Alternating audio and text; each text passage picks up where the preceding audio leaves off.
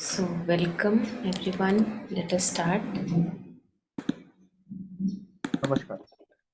Namaste, Jagan. So, last time we were continuing with taking a little bit of topics from In the Mother's Light by Rishabhchand ji. So, today I thought maybe we'll take this up reason, its utility, and limitation. So, I'm again just picking topics like that. There is no sequence as such.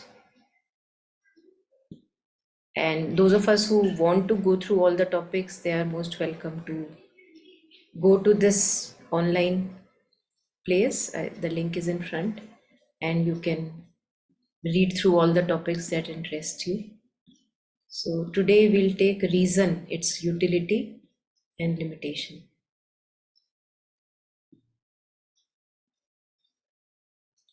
Yeah, this one. So anyone who would like to read it out aloud for us, please go ahead. Yeah, Monica, I'll go. Yes, Shardaji, yes. Okay. Reason, its utility and limitation. The utility of reason. Reason is our best guide and mentor so long as we live in the mind. It is the one faculty in us that distinguishes our mind from the mind of the animal. In the lower forms of animal life, it is the instinct that leads. Instinct which has more of drive in it than light. Whatever light is in it is buried in the turbid waters of life. Instinct works within a very restricted field and under certain fixed conditions. But it has a sort of automatic sureness, a precision, and resourcefulness in its movements, which are really amazing. Scientific studies of the bees and the white ants have revealed with what marvelous ingenuity and exactitude, their instinct works within its narrow orbit. In higher animals, there is a development of the sense mind, which at once supplements and somewhat impairs the automatic action of the instinct. Cosmic intelligence appears to be working in the animals from behind a thick veil of unconsciousness and semi consciousness. Yeah, But we can yeah, take a break here, Sardaji. sure. Okay. Thank you. So this part is about the instinct, and that then later on it comes to us, the man, if we are. So I was wondering a couple of days ago that uh, with so much of precision, if you have seen how the nests of birds are made, and like the study of white ants or anything in nature, you would see that how does a baya weaver, for example, in India we have many examples of beautiful nests of baya weaver birds. How does it know exactly, to have that shape? But it knows, all the same colored grass that it picks for building up that nest. If you have ever seen baya weaver, I don't know, baya, maybe we can look at it. So this is the bird, and if you look at the nest, so they are like, yeah, this, they're like, you would think that as if they are actually made by, it's like plastic. They're not real, but they are real, and thousands of them, similar, not of course identical. So this is how the instinct works. And so when mother says, or Sri Aurobindo would say that we have to first transfer ourselves from animal man to man, and then divine man would come. So I was wondering on this habit of constructing a house. So constructing a house, if you see, it's very natural to animals, those of us who do construct. Like for birds, they construct their nests, it's very instinctive. They just know that they have to do it. Same for ants, how they are building up their little ant hills, even bigger ones. They just know, nobody has to tell them, they know how to get the raw material. They just have to do it. They are guided. So this is the intelligence which works in them. And similarly for, whatever we see in nature. And in man, if we see, especially, I was wondering about this instinct to have a house. You would see we don't even question it. No, we don't question that. Where is this coming from? Why do I have this instinct to make my home, and my furniture should come, and I have to arrange all by my own ideas, and this is where I want to get furniture from, the curtain should be from here. Where is this coming from? So it just occurred to me, I may be wrong, but it just occurred to me that this is what animal instinct is. The instinct to reproduce, the instinct to build a home, and whatever, to keep it constructed, and if not this one, then the other one. And this is what we have to actually first maybe live, because without living, we don't have experiences. And then we have to transcend. Now we have to go beyond. Because if I remain stuck that, I have become 50 years old, but I don't have my home, where is my home? Built from my money. This is what instinct is. That we are not, we have not transcended that instinct to have a home, which is an animal instinct. If we see, it's coming from that animality. Because earlier there was just like forest, and you need protection, and then you build your own caves, dens, rabbit burrow holes, everything. So first we have to see that we are animal man. Then we have to maybe live that animality for some time. Then we have to become man, and then only we can transcend to the divinity that waits for us, for even lifetimes, not even one life. It just waits, keeps waiting. So we can't, it seems to me that we can't just jump these phases. We have to live through our experiences, get convinced that, okay, enough for me, enough of building homes and nests, enough of buying curtains and cushions. And now I am ready, to whether have a home, not have a home, but there is something else which is waiting and which is more important. So this is how we, kind of evolve. So just this was coming to me because this was a little fresh, and what Sharda ji just read on instinct somehow resonated. Yeah, anything until here? Anyone?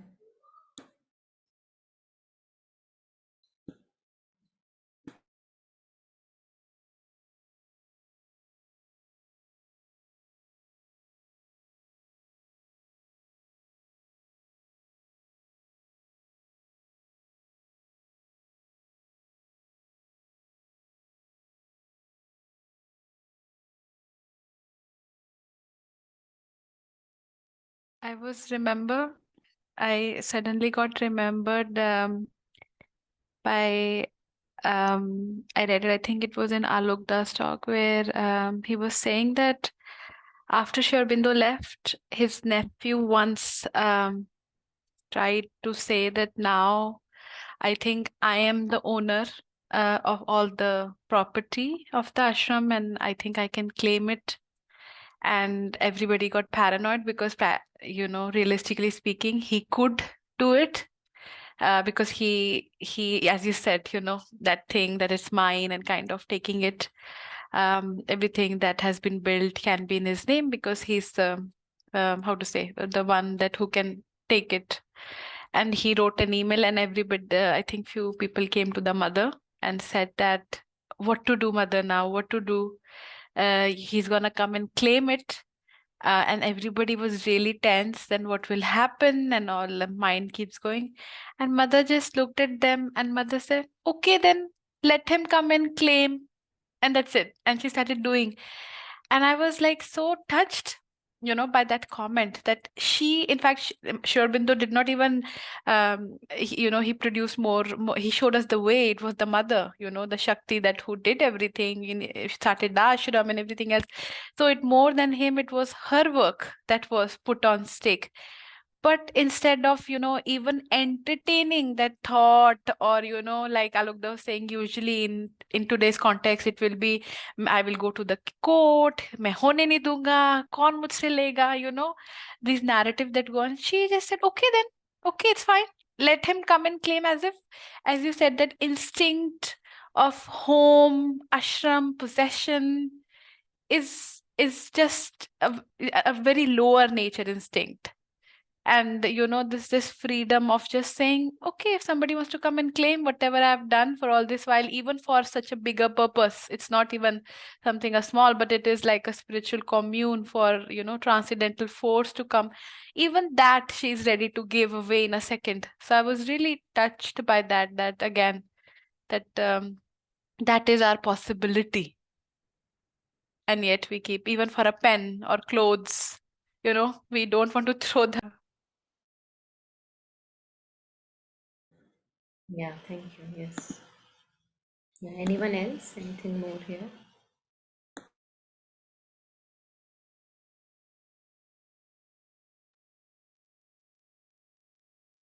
Yeah, that day, if you remember, we were talking about mukti, that probably just, and maybe we read it in this session, I'm not very sure, that how if we are able, if when probably we are the masters of ourselves, like say when we are able to tell a thought, shh, or like no movement, right? Like how mother, we were reading that.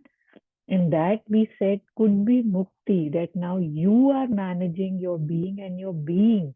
The various parts are not managing you. And Shri Aurobindo says, like, say, nirvana is the first step. And once, like today, when you were sharing what you were sharing, it felt that maybe that's why he said that, right? That because still everything in me is managing me.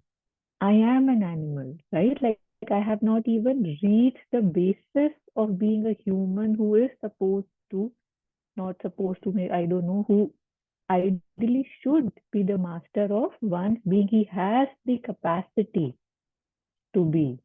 And so that is why the yoga began from there, because before that, the instincts are ruling me. So about me being, trying to transcend and transform, I mean, those things don't even begin. So, yeah, thank you. Yeah.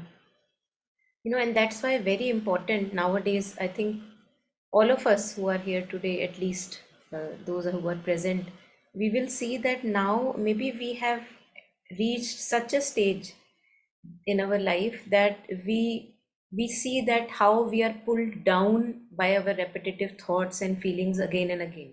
We are relatively convinced that they don't actually take us anywhere. So, how to let go of this suffocation in which we are again and again pulled as if? And in integral yoga, we have a path. We have not only one path, we have various, like one can say, arms and legs which we can follow. One of them, very, very helpful, very important, also in Savitri and everywhere else, is that the moment, what you were talking of, just, the mastery of the mind, the moment you see yourself again being sucked up in repetitive storylines, feelings, thoughts, place your attention anywhere in any center where you feel that liberation, the mukti aspect that you were sharing. And just experimenting with oneself gives us ideas that, okay, which works for me.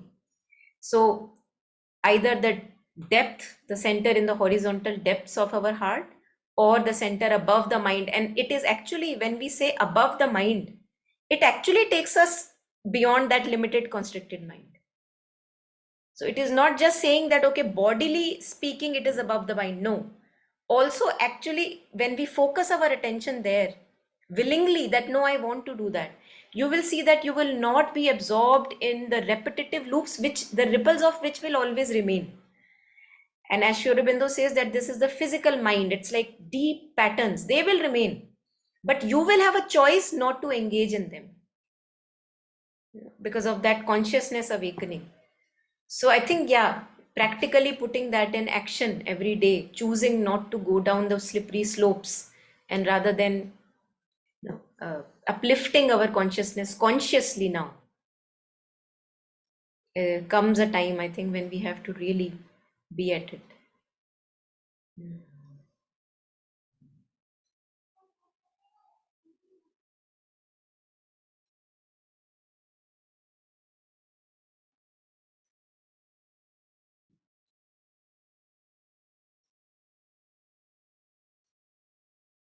So far in this paragraph, what we read about instinct, that how instinct is working, the animal may not know that it is working intelligently, but the intelligence is working behind the wheel.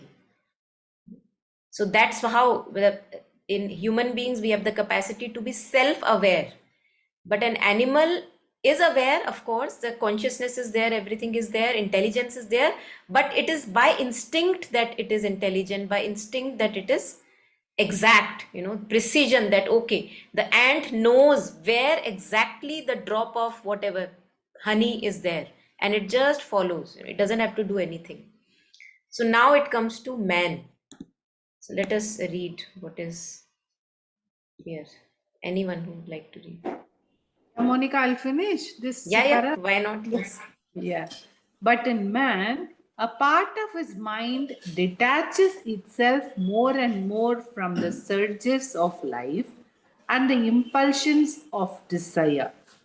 It learns to watch, distinguish between the good and the bad, the beneficial and the harmful elements and the energies of human nature, and strives to acquire a deciding and determining voice in the complex play of the forces.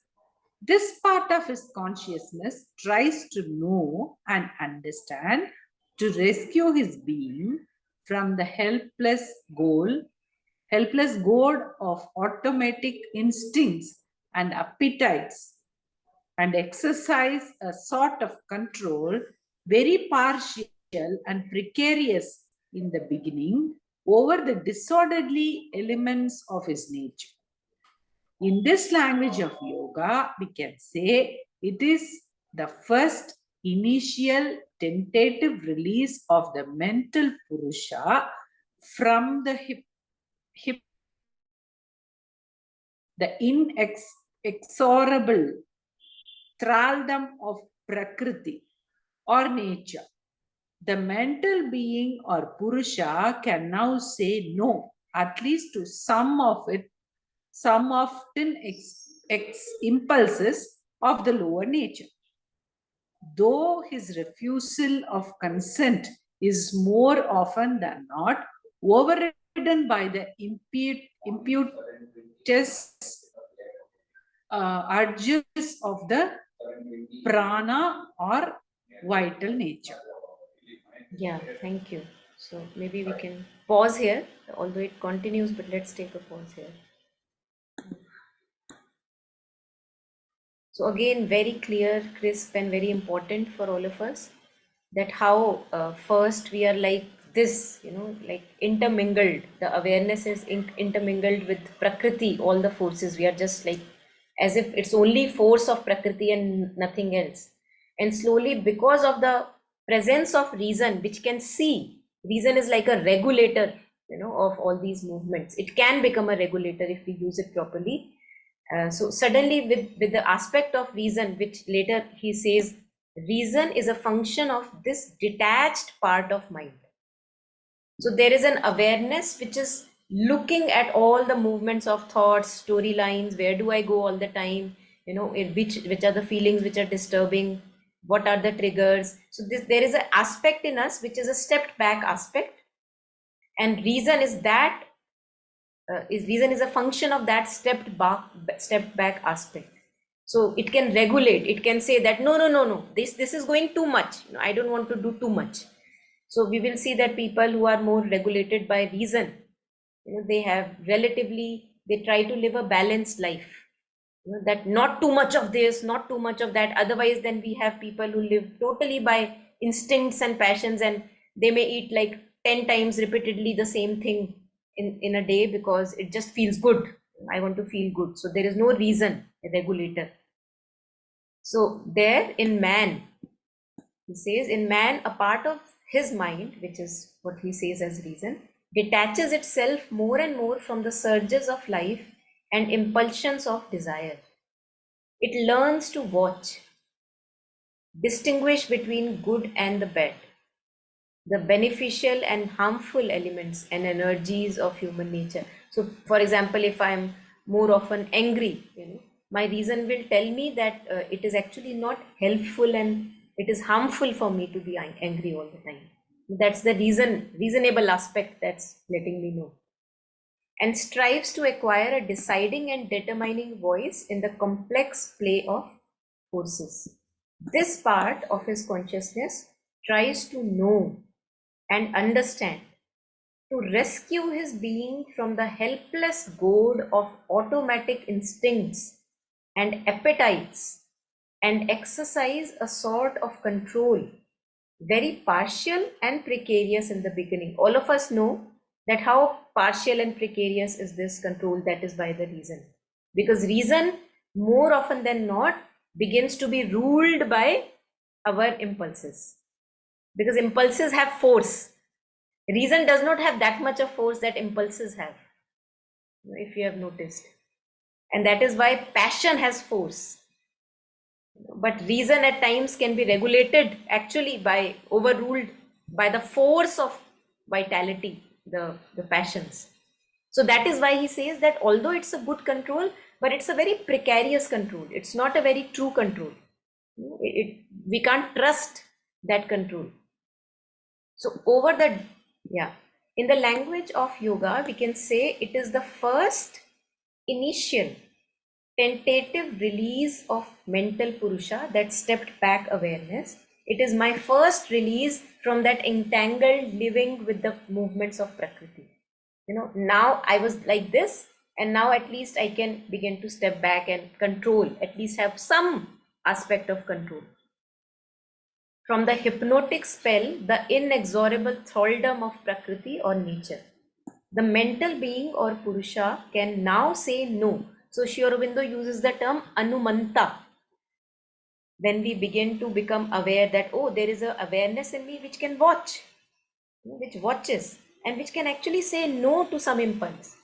So we begin to realize that, oh, I am the one giving sanction to the movement of Prakriti. If I say no, there will be times where I can remain stepped back from that, following that desire or instinct. No? So there we realize that that witnessing aspect not only can regulate, but also it has the sanction. It has already in background, it is as if the whole sanction has been given to Prakriti. And now the more I stay in my step back nature, now I see that, oh, all the sanctions that by default are there, I can actually take back. Okay, so far I was unaware, now I'm taking it back. Not anymore. Okay, not anymore. So like that you withdraw the sanction. The mental being or Purusha can now say no, at least to some of the impulses of lower nature, through his refusal of consent, though his refusal of consent is more often than not overridden by the impetus urges of prana or vital nature. So this again is the beginning, and we will see that not only the beginning, the control is very precarious. I am not able to be the master of the vitality or impulses all the time. I can do it in some cases, but not in all the cases. That's why not a full control.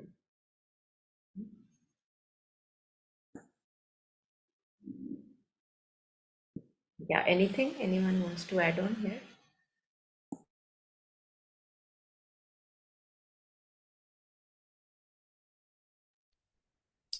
Yeah, so Monica, when you say not in all the cases, but in some cases, uh, so it could be anything, right? It could be like, does it mean that it can be your day-to-day living?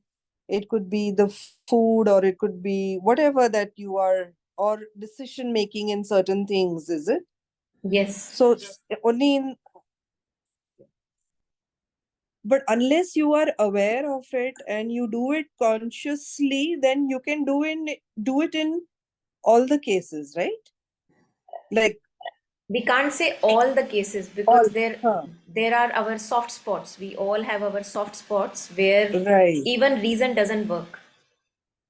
Emotion works, sentimentality works, right? Huh. Because that has force, that has intensity. Reason, I feel that reason, if we make it purer and purer, maybe, still a kind of intensity comes, but still not as much intensity as passion has.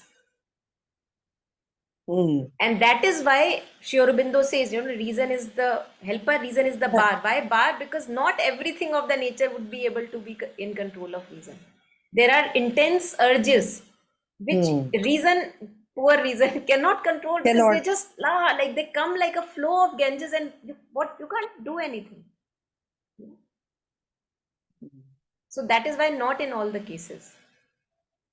And even in some of the cases, it will be someday I'm able to exert control, some other day I'll be saying, okay, let me today indulge.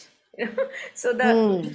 yeah, right. So So those I'll, are the I'll, I'll actually find reasons to satisfy my that indulgence. is ah, okay.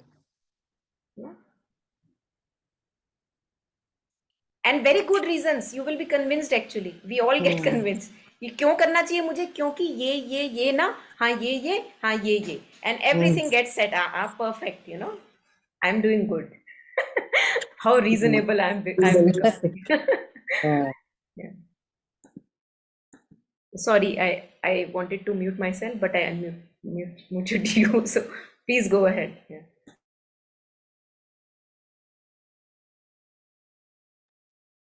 yeah. So okay, got it. Thank you.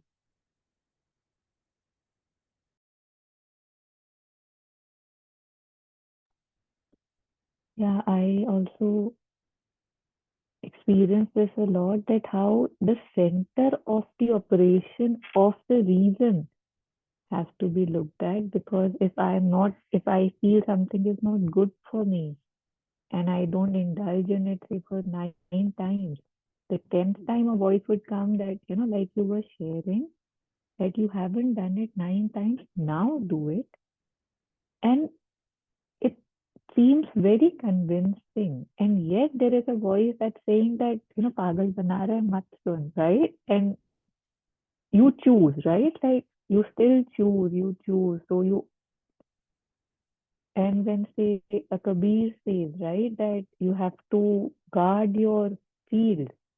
He doesn't say guard it 9 times, but leave it open 1 time, because एक बार भी जब छोड़ा, so it's gone, right? It has a potential to be badly damaged. It may not be, but so these reasons are very, especially, for people who are ruled a lot by reasoning. And the other day, if you remember, we were remembering, what Acharya ji says, in one of his videos, it was like, तुम्हारी चालाकी तुम्हें ले डूबेगी.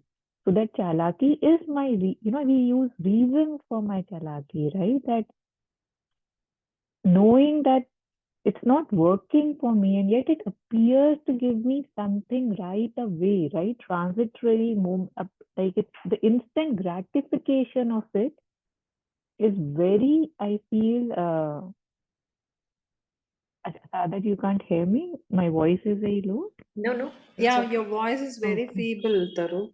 Oh, When Okay. Monica speaks, I'm able to hear, maybe properly. you can switch to not the Bluetooth speaker, but the laptop speaker if you can switch. Yeah, when I do it now, my whole system goes into, Oh, okay. yeah. So yeah, I was just Yeah, now it is better, yeah. Taru. Now it is Okay, better. sorry. Yeah, maybe I need to be more awakened. Thank you. Sorry. Um, I forgot what I was saying, but just that the reason you, if one is, I mean, with grace, and if one is more honest, one can see how when the reason is working towards your betterment, and when the same reason is taking you down the same lanes, but wearing the cloak of reason. It all, then that it gives an appearance that, oh, you're being so smart about things. Yeah, and I was saying that that Acharya Prashant's video that he had spoken about, that tumhari chalaki, like your own intelligence, your own cleverness will be the reason for your fall. So that, I mean, I had seen that title maybe 15 years, no, not, can't be 15 years, 6, 7 years back. And it keeps coming to me, every time I have a clever thought, or if I see somebody trying to be very clever, that flashes in front of my eyes that, oh, one is trying to be clever again. And yet, like it said, so, I don't know, nakedly, that knowingly, still you might again go into the, get, influenced by the vital, the passion, the slippery slopes, the habits.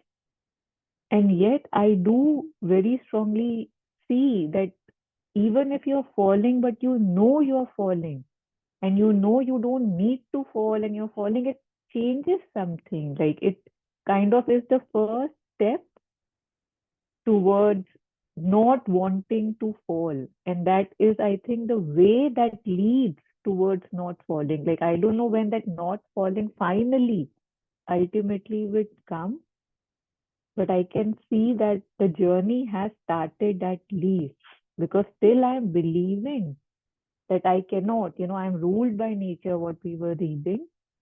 I can't even start, right? And when we start seeing that, okay, there's something that moves, that can sit and say no or rule yourself, then at least one knows one has the power, and the journey somewhat more groundedly can begin. Yes, please.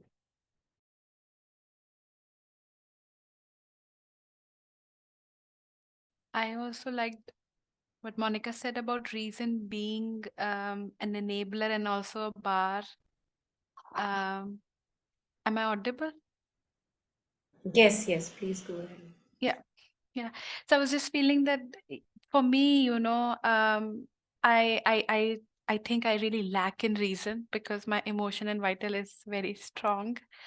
But I also find that sometimes, like when you said reason being a bar, and Shri Aurobindo has spoken a lot because that reason is an intermediary, which is based in very much in the physical mind. But to transcend the physical to an overmind, not even supermind, but even just one step below and access intuition, we have to let go of reason, because reason will always have a synthesis, will have a thesis and an antithesis, but synthesis cannot be formed in reason. Because as you were saying, Monica, about we'll have something, then we can keep reasoning about for and against. So there will never be a synthesis. It's always an antithesis, but still it is very important at the same time for our growth from an instinctual point of, from instinctive mode of operation to at least a normal mode of operation. Reason is really important. But I somehow feel that people who use too much reasoning, now it could be completely my view and maybe wrong as well, but I feel people who use too much reason somehow are very dried as well, dried of compassion, like that feeling of empathy and compassion, because reasons are somehow takes so much upper hold of governing the life of yourself and the outer self, that imagination, there'll always be a comparison between reasoning and imagination. You will not have what mother would say, a integral growth. So that also, to be very mindful that reason can enable us but can also become a bar for our development. So I was feeling that, but at the same time I'm very bad at reasoning, because again, that's something I need to work on. I really am really emotional as a person. No, for those of us who are emotion oriented, there is a direct path. We don't have to worry because the seat of psychic is just behind the emotive heart. So the path of loving, the path of bhakti, devotion, which takes us directly to the psychic. So really, there is no need to worry. And when the psychic is awakened, of course, the reason also has the light of psychic then, right? So it's not with its own biases and likings and preferences, which usually our reason is clouded with. So even those of us who are oriented by reason, we may not be aware, but we are clouded. Our reason is clouded by our likings, preferences, and biases. And Sri Aurobindo talks about then reaching the height of pure reason, which is where reason realizes its own limits and it says, no, because I know that I am biased, I cannot trust what this is, the mind is telling me. So you become aware and practically aware, not like just theoretically and hypocritically talking about it that no, I am biased. No, you know for sure that whatever you are talking of, there will be certain curtain of bias. And that is the height of, that is moving towards the height of reason, where reason realizes its own limits. And it is through reason that reason is realizing its own limits. That's the quality of reason. That I know that, oh, this is where I can go. But even to this highest point that I am coming, I know that there may be biases and distortions. So I can't trust this, whatever is coming like an instinct to me. I can't trust this fully. And then you surrender. Then the reason gets surrendered when it realizes its limitation. And for those of us who are in the heart, no need to worry. As I said, it is the direct path that we can take.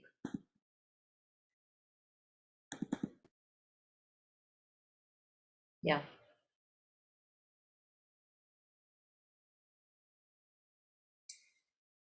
So maybe let us complete this paragraph. Reason is a function of this detached part of the mind.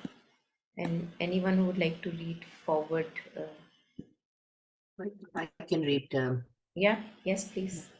Yeah. Reason is a function of this detached part of the mind. Its chief office is to arrange the concepts of the mind, reduce them to order, survey the field of thought, and, clearing it of weeds and outgrowths, arrive at conclusions and judgments by a process of induction or deduction from the concepts arranged. It imparts to the mind a certain clearness, lucidity, and subtlety, and to our thoughts and ideas some coherence and compactness, and corrects the errors of our perceptions. It helps us to seek the truth for itself, and guards us against the intrusion of our habitual preferences and prejudices, our emotional partialities and entanglements, and our proneness to take appearances for facts. Reason at its best is a sentinel warning us against the pitfalls of life and the ambushes of desires, and showing us the right road to follow. Sattvic reason, enlightened and poised reason, is a safeguard against many of the delusions to which our fancies, passions, and emotions so often betray us. Sri Aurobindo places reason at the top of the human mind. In fact, reason is, during the whole period of the growth of the mind, the arbiter of its activity, the safest guide, the master, one might say, who controls. And so long as you resort to mental activities, even those that are most speculative, it is reason that must guide you, prevent you from going astray, taking the wrong road, or being beguiled by more or less erratic and unhealthy imagination. Thank you. Yeah, maybe we can take a pause and share reflections.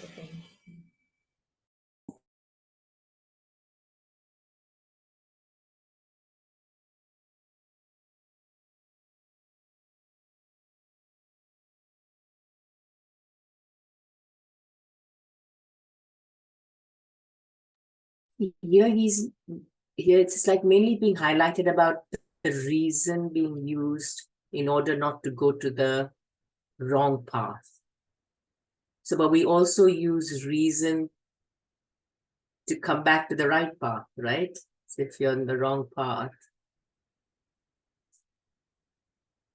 then to just sort of come back. So it's all kind of working together. And I felt it's quite often that you really need the will to sometimes get back into this, have a strong will. And I think we talked about discipline last time as well, right? Yeah, yeah.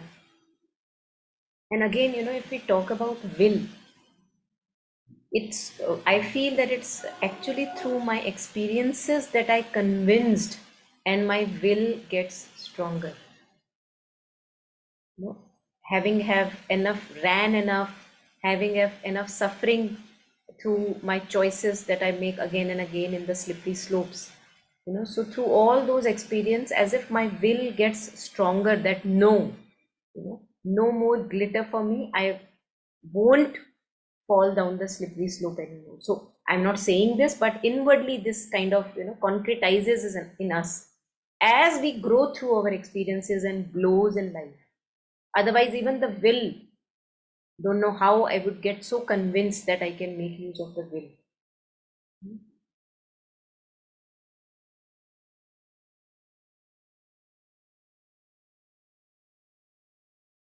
And also what was shared. Yes, Jagan, please go ahead.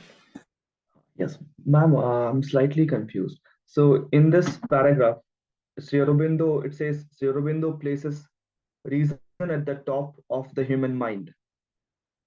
And then also I hear that reason is a helper and reason is a bar. So, you know, in a situation where I'm angry, I see that my reason doesn't kick in. It's my impulses doing the talk. So in that case, I cannot blame my reason. So my question is, how is I know reason can be a helper, but how can it be a bar? Yeah, so that will come later. I don't want to open up the package of surprise. So we are actually Sure. moving towards that. Right now we are reading the utility of reason, and slowly we moving towards the limitation of reason also. Okay, Yeah. I'll wait for it. Thank you. And right now, as in this paragraph, it was shared that how, if we use this aspect of awareness, the step back awareness, we can actually see, oh, has this going back into that slippery slope helping me the previous 10 times? So it is the reason that sees that. And no, it has not been helping me. It makes me more desirous. It makes me more eager, and there is a lot of restlessness. So through that stepped back awareness, which is the active reason, I can say, okay, next time I'm not going to fall into the same trap, right? And then if there are weeds, as he shared here, there are weeds. So reason can look at it and say, okay, this is the weed there. So let me pull it out. Not ruling, not ruled by that weed anymore. So this is the aspect, this sorting, organizing the inner being, the being that we are. That okay, what helps, what is not beneficial, what is beneficial. This simplicity of, I would say, the active mind is what he was talking of. That is how reason is helpful. Not coming to the bar part here, where he says that it surveys the being as if there is a supervisor who looks at the being and says, okay, this is helpful, this is not helpful, and it says clearing it of weeds and outgrowths, arrive at conclusions and judgments. And of course these are temporary conclusions and judgments, but they are relatively helpful by a process of induction or deduction. And even see, if I go further and further, we will see that I have been running 10, 15 years of my life. This is reason which is reducing this. Huh? Where has it led me? Has this running given me anything? Do I want to continue to run like this that I have been running? Or do I want to maybe explore something else? So this is also the aspect of reason. So when we turn to the divine, actually, in most cases, not all of course, but we are actually being very reasonable that the previous life has not served me well.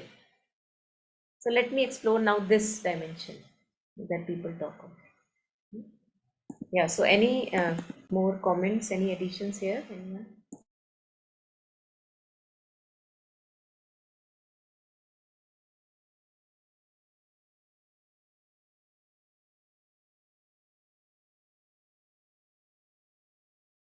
And then, many a times we are so eager in our relatives family, we want to give advice to people. So when we are giving advice, we are giving a suggestion, it is the aspect of pure reason which will let me know that although I want to say this to that person, but I know that I have an emotional bias, so I better not say. So this is again the aspect of reason which will stop you from maybe giving that comment or suggestion, which you will yourself know that no, this is a biased comment that I am giving.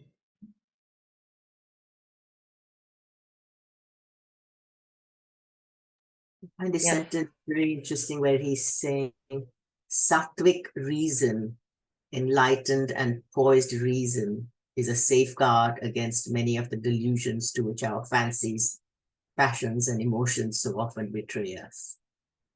Because it's this kind of aggrandizement of ourselves that we think, oh, we are being so sattvic, but at one point he talks in synthesis also of the the sattvic needing to be illumined and enlightened. But it's so easy to fall into this whole sattvic uh, thinking, oh, I'm so good and I'm so all the rest of it, and then you fall into that trap. It's, that is, yeah, that safeguard is also something to be kind of aware of what in oneself.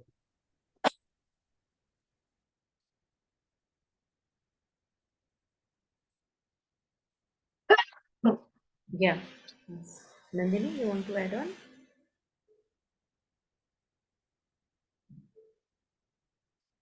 Okay, I thought you are unmuted. Maybe you wanted to share something. Okay. So yes, sattvic reason, in I think in that Aryan ideal and three gunas, Sri Aurobindo talks about this Yeah, tamas, yeah. rajas, and sattvic In guna. that Yes. chapter, the three modes of nature. Yeah.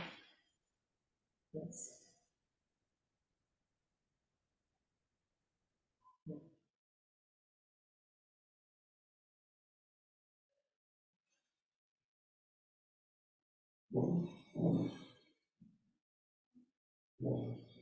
I think that's why again and again we read with Mother here that how important it is to slowly on this path let go of our preferences, likings, dislikings, all that. Why is it so important? Because all that liking, disliking, preferences, as if they are my curtain, they come in front of me, they delude my reason also, then they come in front of me, they delude my heart. All that curtain of liking, preferences, biases, it just dilutes everything. So that is why if we want to purify all the senses that we have, purify the instrument that we have, slowly we get convinced that uh, I will have to slowly, surrender all my likings, preferences, and first of all to be conscious that I have my own biases. Only then can I surrender them and keep them aside for some time and take a step back from them. So let us go forward. I think then it will become more clear, and slowly we then come also to reason as a bar, which Jagan was asking. But maybe I don't know if we'll reach there today, but let's see. Anyway, so yeah, anyone who would like to read, please go ahead. I'll read it. It is generally thought that in spiritual life, I'm so sorry.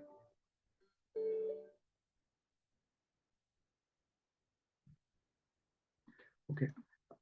It is generally thought that in spiritual life, one should discourage the development of reason and not allow it to interfere with the free play of the heart's emotions and intuitions. Though there is some truth in this view, it must not blind us to the fact that uncontrolled emotions and pseudo intuitions spell a greater danger to spiritual life than the intervention and domination of reason. We all know to what depths of demoralization they usually descend who spurn the admonitions of reason, disregard its counsels, and elect to follow the obscure lead of their unchastened emotions. Vivekananda had once to lash out against some of his brother disciples who had given themselves up to extravagant emotional paroxysms in the mistaken belief that such wounds and wailings were a sign of intense love and devotion for God.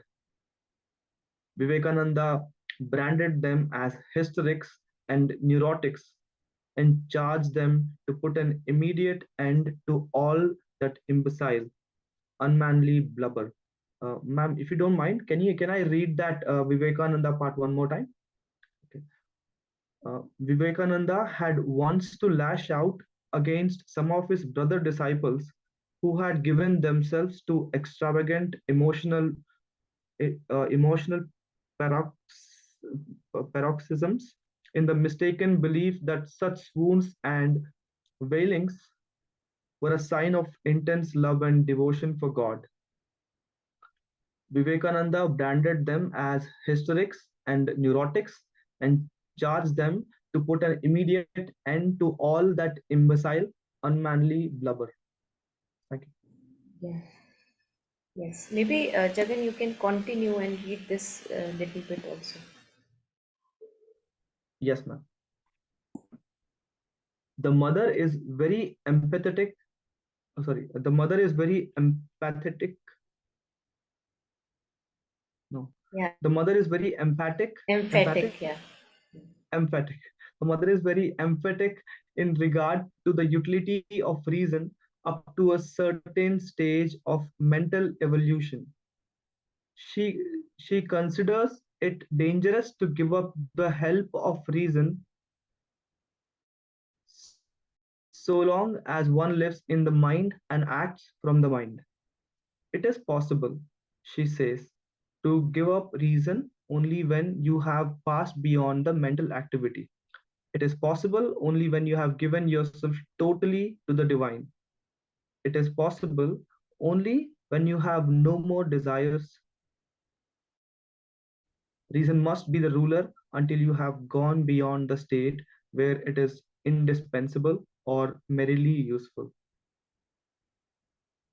It would be well to remember how categorically she commends reason and warns against its abandonment. So long as there is an ego, so long as there are desires, so long as there is a personal will, so long as there are impulses and passions, preferences and attractions and repulsions, you cannot give up reason without failing into an unbalance. Yeah. Thank you. Yes. Very important for all of us. That how if we think, you see, if I see and look at myself and I say I am more ruled by heart, who is making this judgment? That is also coming from the reasonable aspect of the mind. That's also from the step back awareness, which knows that, oh, I am ruled by the heart, the emotive heart most often. So it means already there is a capacity in each one of us to look at things. It is only that some of us may have to cultivate in this life. Some of us, it may be cultivation of previous lives. So we may be like born with it. And the thing that earlier, Nandini, you were sharing that aspect of dryness and coldness. Actually, in one of the compilations where it is Sadhana Through Human Love, it's a new compilation of Mother's and Sri Aurobindo's verse. He actually says that if we actually don't know what love is, and if men knew true love, many people who actually love truly, they may themselves think that, oh, I am so cold and indifferent. So, we actually, the definitions of love that we have, they're all coming from Bollywood and all these things that we have seen. And that's not really pure love. So he says that there are people who actually truly love, but they think that, oh, they are actually not loving in nature, they are very dry and cold. Because it doesn't align with that idea of sentimental love, that is shown usually in our social media. So I think more and more a kind of inspiration for us reading all these words, that to develop and cultivate that aspect in us, which all of us have, to be able to look at myself, look at my own movements, and to order, sort, and organize. This is the aspect of reason that we have to cultivate. Those passions, those emotional instincts and biases which don't serve me well, which torture me, can I step back? Slowly, I think and this is also a kind of a love towards oneself, one can say, that if you want to cultivate this instrument which divine has given us, won't you keep it neat, in order, tidy, without any weeds that you can see are there? So that is the aspect of reason that we all have to cultivate. And that's why mother stresses on that ego. As long as the ego is there, which remains for a long time, the only precarious, although precarious, but the only thing that we have when the psychic is not fully in front and we have not surrendered fully to the divine, again, which takes a long process, is a long process, reason has to be our helper. We have to cultivate reason, the sense of looking at things, being conscious of our being, seeing what helps, what doesn't help, not following what does not help, following what is helpful. All that is cultivation of reason.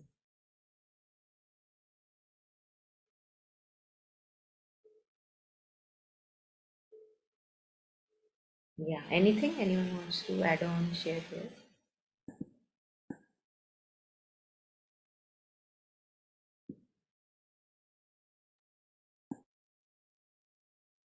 There are so many things, I mean, the very important things which actually are beyond reason.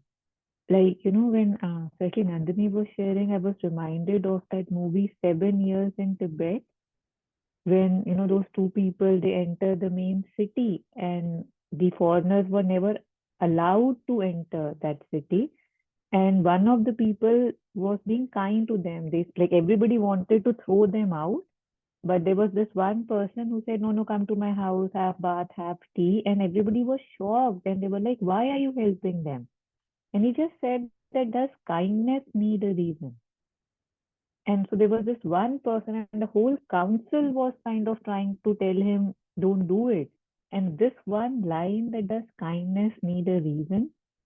And yet, when we think about it, everything needs a reason, Yet when he said it shifts something inside of you, right? You realize that yes, there are things that are beyond the reason. When so many times you are helping or doing something which is harming you, but you want to do it, that's beyond reason. I remember reading something, it was very beautiful from, when I think J. Krishnamurti was, I don't know, was told about what Mahatma Gandhi did for religion, that how for the for the lower class he fought and fought that they should be allowed inside temples, and what all movements Mahatma Gandhi spearheaded.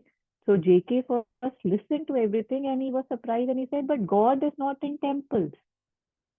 Right? Like, so when you're reading about what Mahatma Gandhi did, you feel, oh wow, how much he stood against that and he allowed that. And then that one line from JK, but God is not in temple, it shifts something, right? With your intellect or your reasoning. So I think it's good to have these challenges, these knocks at the ability of reasoning, to see that it's also limited and how it can be applicable to some places, and there are other places where you apply it, it would actually harm you or let you be less than what you can be. And even to see things for what they are, how it's talking about, how I can see that this thing is harming me or not. I think, again, the stepping back is very important. Like, till I am who I am, living the name, the title, the role, it's very difficult for me to actually conceive what is happening, to be actually perceive the truth of my existence or what I'm doing, how am I making decisions, how are my biases working. So once when we see the mechanical nature of our operations, that how I've been guided, this is the reason why I'm doing this, this is how I am bent towards that, then you are able to step back and see that, okay, this means nothing, right? This is not me. This is just, something I do. And if I do it, I can undo it or not do it. So just this stepping back, it really helps in understanding. I mean, of course, there's still so much to do it, but it does help in unveiling some aspects slowly and steadily. Yeah. That's so true, Taru, I mean, especially this coming back to what we read about that whole sattva and sattvic nature, because like what you were saying about like, oh, they should be allowed into the temple is such a, like you think, oh, it is such a something fantastic that was being fought about. But again, it's that sattvic nature which has to be bypassed. I feel it's somehow connected for me quite well, because otherwise there's so many things which are kind of, especially in, in society, and, how you get judged by your moralistic way of being or moralistic way of thinking and doing. And then so you're judged if you don't go along with what is, not the sattvic or moralistic way of doing it. So that, yeah.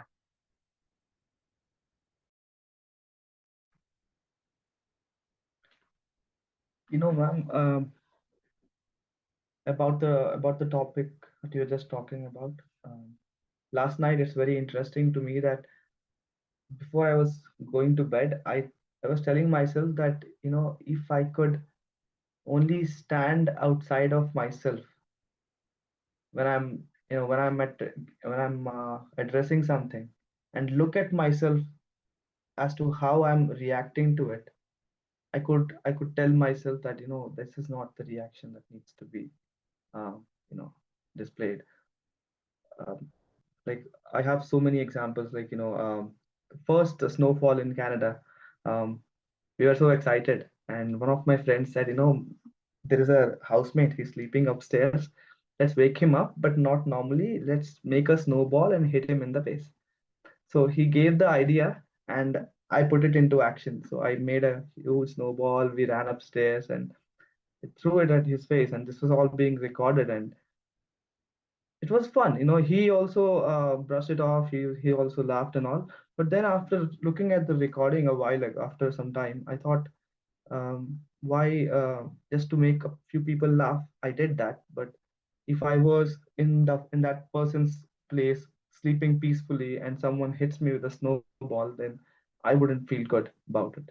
Then I apologized and I did all that. But I sometimes feel that if I could just stand outside of myself when doing something like that and correct myself that, this is not that what needs to be done, then yeah, that would be amazing. Just wanted to share that.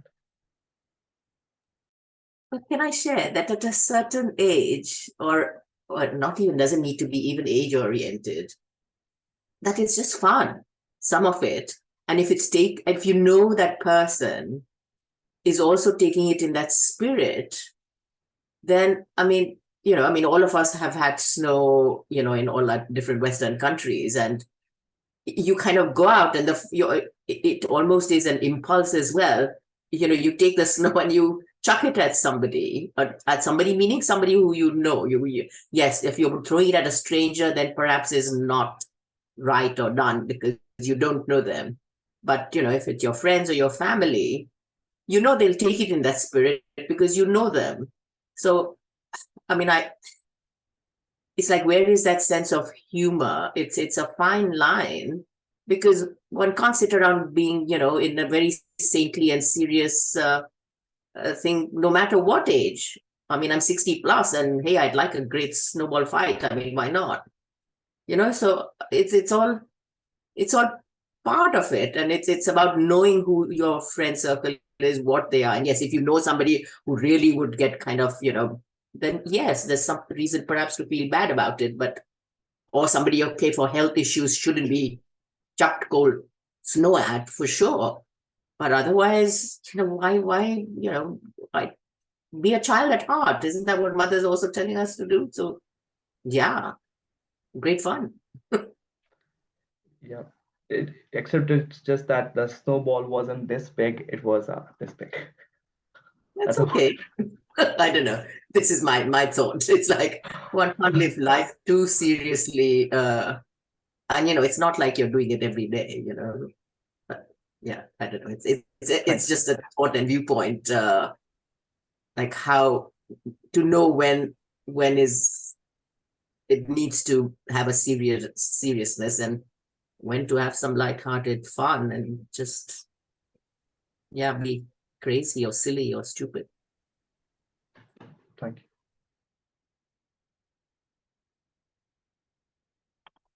Yeah, one thing Jagan said, I think, which shifts the perspective for me is, and that's very reflective and deep, and that helps me a lot. The reason why something was done, right? Like kids sometimes do things just for the sheer joy of it.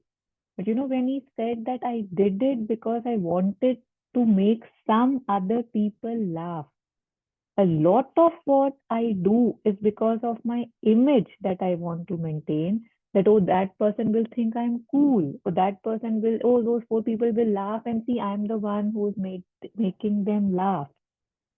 So that is mostly my truth. And that's what I feel shifts, the perspective, that it wasn't done just in pure smiles and innocence. We always, I would say, I don't know, at least 99%, I would say there is some bias, there is some desire, there's some image that I'm wanting to build or make, which spoils things, and they are not as pure, and then they rather should be stopped if I can. So it's very amazing to be able to see that that was what was making me do what I did, and it wasn't really fun. Yeah, so thank you for sharing it in that detail. Yeah, that's brilliant. Just before this session, during my lunch, I was having a discussion with my colleague, and she was sharing um, that she is really stressed because of the assignments, and there is one student who submitted the assignment late without even saying it, without even emailing or informing her. And she said, and they, like, I don't know what to do. And I immediately said, but you should really penalize her, because otherwise she will not realize the importance of punctuality. And she said, yeah, I think so. And when I came back just before the session was starting, I was really shocked, like not shocked, but I was really interested with my reply, which was very unlike of me, saying that, oh, you need to penalize her for, because she'll not realize the punctuality. It was very spontaneous. I did not think. But when we were reading, I was really, even Shilpaji pointed out this, the Sattvic reason, enlightened and poised reason, which is really important, that distinguishing between, like, Sri Aurobindo has gone so deep to even distinguishing normal reason that we use in a normal day life, which we discussed in the session, could be used as a gap for our preferences and for different things, from sattvic and enlightened and poised reason, which you do with a very conscious sense of doership, which you understand why you're doing it. So, like, for example, that small example made me realize that, that usually my response would be, oh, it's fine, students are really stressed out, it's okay to give them a little bit more time to do the assignments. But like after reading this now, it makes me understand that sometimes you say or do things, if you do it from the sattvic reason, it actually make more sense, because you are conscious about why you're doing it. So it's not because you're doing it just for certain things randomly, but you know that, for example, if you do not penalize, like for example in my case, if you do not penalize a student for submitting late, they will not really realizing they will never realize the importance of punctuality. So for me, that was the really highlight of today's session, about a reason that we all use, but purifying it to an extent that it becomes a sattvic and a poised reason. Purifying it to an extent becomes a sattvic and a poised reason. Yeah, thank you. Thanks, everyone. So maybe we can today wind up at this note. Good takeaway for all of us home, that when we talk about sattvic reason, maybe to look at it more closely. What is this sattvic reason? And what was being shared by all of you just before right now, that to be able to be so honest with oneself. Again, that's why mother would talk of sincerity so much. One of the cornerstones, that don't please keep fooling yourself, because we may think that we may be fooling others, manipulating others, but the first person that I'm fooling is my own self. And how reason can become more clarified and sattvic is that when we really, really, really stop fooling ourselves. What Taru was just pointing at, that what is the reason of me throwing this or that, or outwardly it may seem like the same fun like children have, but usually little children, they don't have manipulative reasons, and that is the difference. Outwardly it may seem the same, the act. And I remember Udar Pinto, he was sharing something of the mother, and somebody asked him about spiritual work, that what was the spiritual work given to you by the mother, something like that. And he said, let me first talk about this. What is this spiritual work? And he said, there is no work like more spiritual, less spiritual. Any work that you do with the right attitude, purified attitude, becomes spiritual. So in that sense, if we look at little children,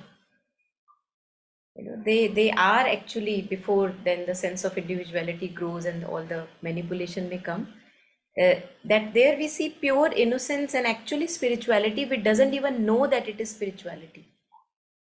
Simplicity of mind, simplicity of heart, no manipulative agendas. But very soon, of course, thanks to our conditioning, the manipulative agendas begin, which again have to be later on taken care of.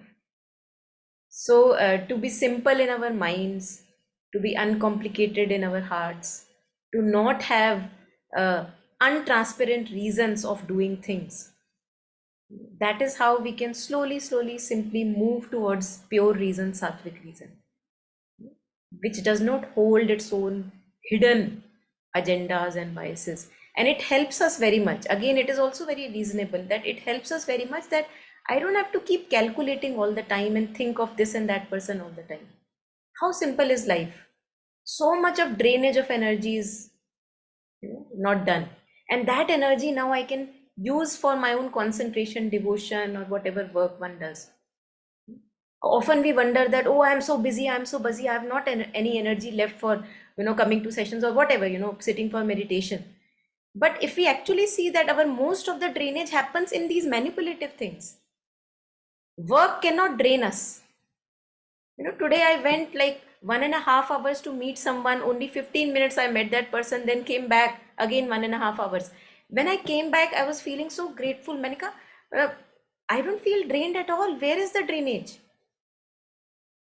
As if that 3 hours, they didn't happen at all.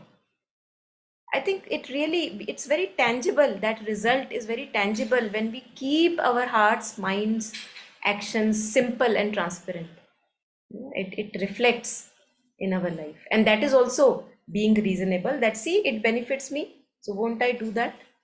Again, reason comes into picture. So today we won't take up the reason being the bar. Jagan has to patiently wait. Or maybe you can, see the link and read out before we enter into the discussion next time. Yeah.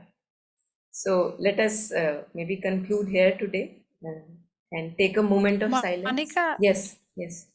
where can I find sadhana through human love? Can you suggest? Yes, I'll share. Is It's it online? available online. Okay, Yeah, you'll share. I'll share it. Okay, thank Yeah. you. Okay.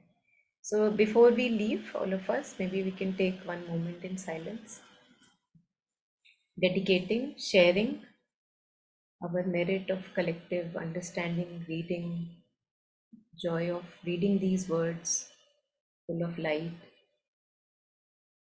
understanding, clarity, sharing all the merit with all the sentient beings, from the lowest to the highest.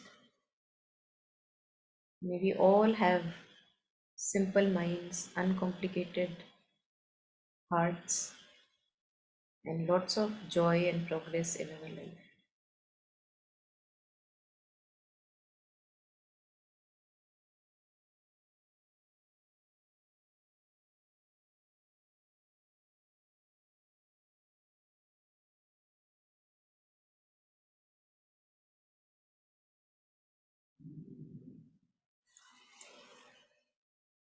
Thank you, everyone. Thank you very much. Yeah, bye-bye.